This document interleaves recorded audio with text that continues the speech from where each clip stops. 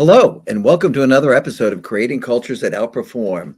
We've been giving you a great series on how to increase workforce productivity. We're actually today on episode 16. We're going to be looking at a very important topic, which is vulnerable culture. You need vulnerable leaders to have a vulnerable culture. You need a vulnerable culture to innovate and outperform. And I don't think anything is more important than tapping the best people have to give in this current economy. So we'll talk about vulnerable culture. Vulnerability is huge. There are other pieces of vulnerability that go along with this too, that come down to mending relationships and stuff. We'll talk about all of them. I'm Frank Wander. I'm the founder and CEO of People Productive, and I'm here with my amazing co-host, Terry Mays, certified culture engineer. And so, Terry, you want to kick us off?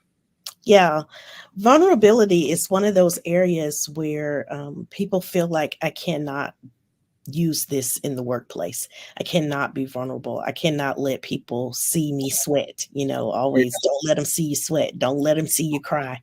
You know, Protect yourself. And there's some piece of that where you just don't want to be the office crybaby or the person that always is just so emotional that people are struggling to interact with you because of your explosive emotions, whether it's anger or you're constantly crying about everything.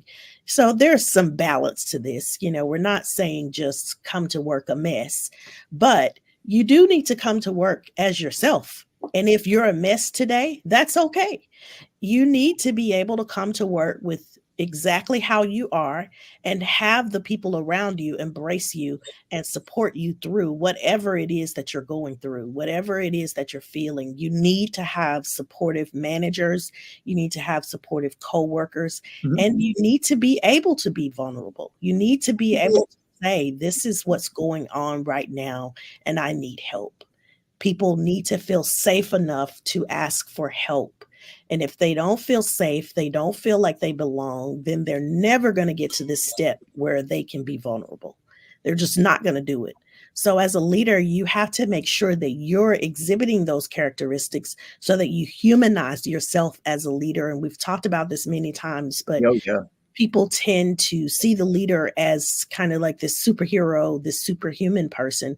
But you've got to let people see the human side of you. You've got to let people in on who you are as a person so that they can start to trust you. Because trust, again, is one of those foundational things. And Yep. if people don't trust you, they're never going to be vulnerable. They're never going to let their guard down. They're always going to be in that state where they feel like they have to protect themselves. That is a stressful state. And you don't want people on your team feeling like they have to protect themselves from you or from other members on the team. Because once you get to that space, then now you're not looking out for the best interests of the team and what's going to help the company succeed. You're looking out for yourself. You're thinking about how you can survive. And that's really not a healthy state to be in for extended periods of time. No, it's diminishes you to such a great degree. I mean, the reality is when you look at these human factors of leadership, vulnerability is right near the top. Yes, everybody's got to have fun. Yes, everybody's needs have to be met. But we know from the studies that what people want from their leader more than anything is warmth. And this all comes down to trust. They've got to trust the leader. Vulnerability, if you're not vulnerable, they will never trust you because you're not putting who you really are out there. I was mentioning to Terry right before we came on that I came across this Spain project, SPANE, and I've got to dig into it, but it was fascinating. The finding was that the most important vibe people give off isn't love. It wasn't the strongest signal they send, it was authenticity. So they had measured 25,000 people in a room in different situations. I don't know how they did, except I haven't looked at the research. But the strongest signal that audience gave off, because we're all energetic beings, was authenticity. That's when everything you do is aligned and vulnerable. You're not authentic if you're not vulnerable. This is just so important, right? You've got to be a vulnerable individual. You've got to basically show you have weaknesses. We've all got blemishes. You have to show emotion, no question about it. You can't be, the stoic person who makes no mistakes and, can navigate anything as this really tough being. It's just not reality. You've got to be who you are. You got to laugh at the right jokes and, have fun, goof around, ask for help. People love helping the boss, love it. Yeah. And I noticed years ago, people come over and say, early in my career, hey, can I help you with that? Because I was the boss. And I'd be like, oh, no, I'll take care of it, not wanting to impose on them. But they wanted to help, And so I should have been more vulnerable. I thought I was helping them, but saying, yeah, I need help. Yeah, sure, I'd love it. Because then they feel needed. And I mean, that's just a very simple example.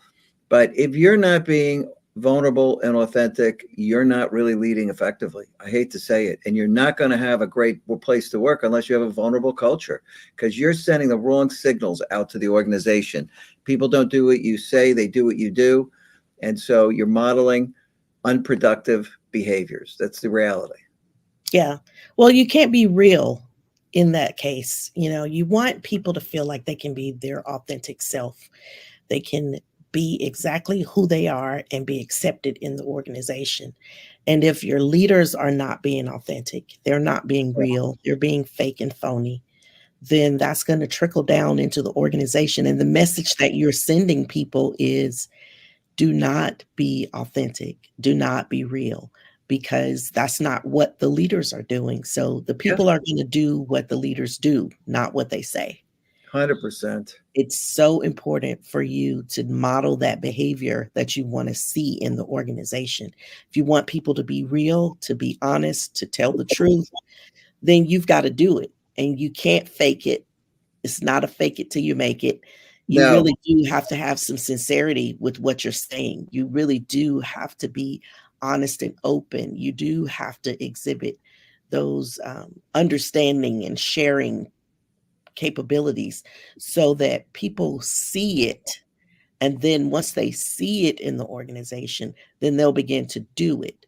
But if they don't see anybody else doing it, then that makes them feel like they have to protect themselves. They have to guard themselves against being real and open and honest, because there might be some repercussions if they're too honest, if they're too open, Right. then they may They be don't left capture. out by themselves, and nobody wants that, right? So you want people to feel like this is a safe space. If you're having problems, if you're struggling with something, this is a place where you can come and ask for help. But in order for people to ask for help, they have to be able to trust you. They have to know that they can be vulnerable with you and that there's not going to be any kind of backlash against them because they said, hey, I need some help with this. Oh, you want to encourage helping behaviors. I mean, helping behaviors are part of the glue that make people feel they belong, that when you need help, you can get it, that people are going to stop what they're doing. You matter enough. They're going to help you. They're going to share their knowledge. They're going to be cooperative in all the things they do. They're going to accept you, and they're going to be understanding when you don't know something, and they're going to help you.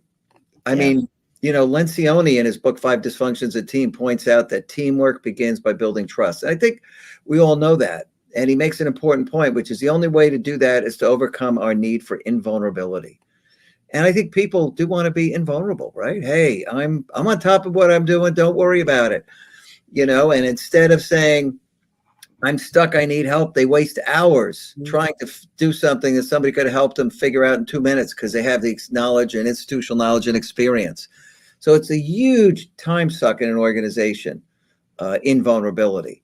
People just waste tons of time. I saw it forever as a CIO. You find out. I remember one time we had these 3 big releases to, do this turnaround transformation. We're on the 3rd release, and this one guy in his area, they just can't get over a hurdle. I don't remember what it was exactly, but he and his team were trying to solve it, and they weren't being vulnerable enough to pull in all the people from elsewhere who had pieces of knowledge. And I said, look, you're holding everything up. We got to get this done. Who's involved in this? Who else touches this thing? I got everybody together. It took like 20 minutes. We solved the thing. The guy was so embarrassed, but it was a real lesson in vulnerability. He and his team were like, we're going to figure this out. And they just couldn't do it because they were missing pieces of the puzzle, and they're unwilling to admit it. And that was a real incident. I remember he said, "Oh my God, I'm so embarrassed." And I'm like, "It's okay. Just remember, it's okay to ask for help." Yeah. Another piece of this is all about being tolerant of people's differences of opinion. And Yeah. unfortunately, in this world that we're in now, with so much social media and comments flying left and right, people are just not Yeah. tolerant of each other anymore.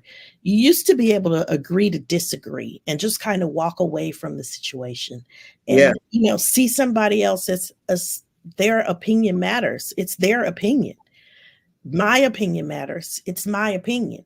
And being able to tolerate and work with people that don't have the same exact opinion as yours, don't have the same views as you do, don't see things the same way you do, that actually helps the team.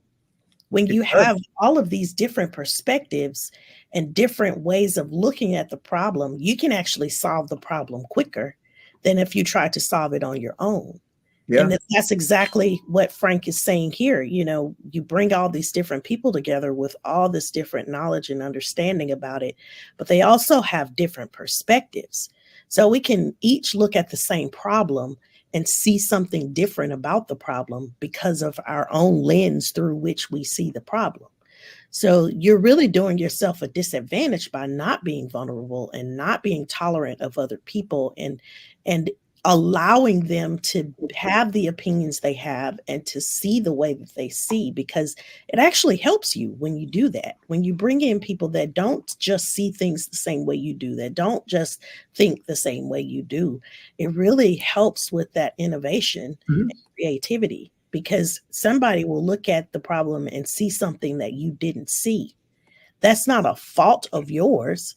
That means you just got a different perspective than somebody That's else. right. But it's not a bad thing to not see everything. We have to get over ourselves to think that we're going to know everything and see everything. And, we're just always on. It's just not true. We're human. We're not going to see everything that we need to see. We're not going to understand everything we need to understand. And complexity grows every day. Yeah, The world becomes more complex, layers and layers of stuff put together, less and less every day. Really, right. that's the reality. Knowledge is Yeah. growing exponentially. This life was designed for us to live it in groups. Yeah. Otherwise, we would have all been on our own private islands living alone. But we'd be dead. We would have never survived, right? We wouldn't Right, pass right, this quick, humans alone were just easy to pick off. exactly, No question. And exactly. so, So we've got to be patient. We've got to be forgiving. We've got to be tolerant of each other. And we have to be able to ask some of those difficult questions, being able to not take things so personally all the time. oh yeah, get a Um, thicker skin, absolutely. yeah, Everybody should, right? yeah. One of is not knowing. So when I don't know something, I'm just like, I have to know, I have to know, I have to know. And so I have to be more vulnerable when it comes to that and saying, and I'm pretty good about saying, hey, I don't know. But internally, I'm like, I need to know everything. Like, I should know everything. But that's just not human. You're not a robot. You're not a machine. You'll never know. Yeah, you'll never know everything. And as much as we'd like to think that AI is going to replace humans, it's not. It's never going to be able Not even close. to replace this aspect alone. Being vulnerable, being able to be tolerant and sharing with each other, being patient with each other. Those are all characteristics that just come innately to us. Oh, yeah. Nobody had to teach us that. We just had to grow into our own being. It's innately in us. Now, there are lots of people that are not very tolerant, but that is by choice. It's not because they don't know they should be more tolerant. And then most of the time, if you ask people what their flaws are and where their weaknesses are, they can tell you, oh, I should be more patient with people, or I should be Yeah. more forgiving. So they already know, they know how they should be, but they're just not actively executing on that. But nobody had to teach you that. You already knew that instinctively, and that's something you'll never be able to teach a machine. Well, this whole notion, and this certainly doesn't have anything to do with vulnerability in the sense that, AI, could tell you all about vulnerability, but it's never, ever going to be vulnerable. It is basically silicon, it's ones and zeros. It has no feelings. It has no emotions. It's not going to magically suddenly become conscious and feel everything. That's all a bunch of BS. It's ones and zeros. And, that's it. Whereas we're not. We give off a vibe. If you put all the computers in the room, there's no authenticity vibe. It's just not coming out of there. Yeah. And it's never, ever going to happen. You're not going to be able to measure it. If you do measure it, it's because somebody's faking you out. Yeah. It's not real. It's not alive. It's an illusion. It's an You illusion. remember that commercial? Is it live or is it Memorex? Yes. That's what it reminds me In a lot of ways. Yeah. Yeah. Yeah. Right. That was a great ad, the breaking glass. I love that one. Yeah. It's just so true. Like you can mimic and you can create illusions, but there are things about humanity that cannot be duplicated. And this absolutely is one of those things. You cannot fake it. You cannot replicate it. You have to really be vulnerable, be authentic, be real. That is just a vibe. Like Frank said, it's just really a vibe. And that's an energy that you give off. You cannot replicate that any other way. Your body language will betray you if you're trying to speak words to make you sound like you're vulnerable, but your body language will tell the story every time. Oh, yeah. You're not being authentic. So yeah. Authenticity is the strongest signal, period. We now know that from the Spain project, which I got to dig into. I found that so fascinating. It is. And, to be fully vulnerable, you have to be a very understanding individual. People make mistakes. People are on learning curves. You got to encourage them to learn and make mistakes.